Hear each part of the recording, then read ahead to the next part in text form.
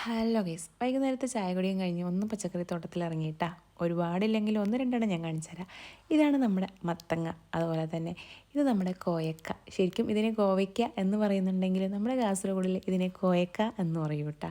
അതുപോലെ തന്നെ ഞാൻ നെക്സ്റ്റ് കാണിക്കാൻ പോകുന്നത് ഇതിൻ്റെ നിങ്ങൾ ശരിക്കും ഇത് സാധനം എന്താണ്? ഇതാണ് താരപ്പിരിങ്ങ. മനസ്സിലായോ താരപ്പിരിങ്ങ എന്ന് പറഞ്ഞാൽ? ഇല്ല, നമ്മുടെ നരമ്പനെയാണ് നമ്മൾ കാസർഗോഡിൽ താരപ്പിരിങ്ങ എന്ന് പറയുന്നത്. ഇത് നമ്മുടെ ചീര കേട്ടോ. പക്ഷേ ചീര നമ്മൾ വിചാരിച്ച അത്രയും എന്താ പറയുക വലുതൊന്നും ആയിട്ടില്ല കേട്ടോ. ചീര വലിയ നല്ല രീതിയിലേക്ക് വളർന്നിട്ടില്ല.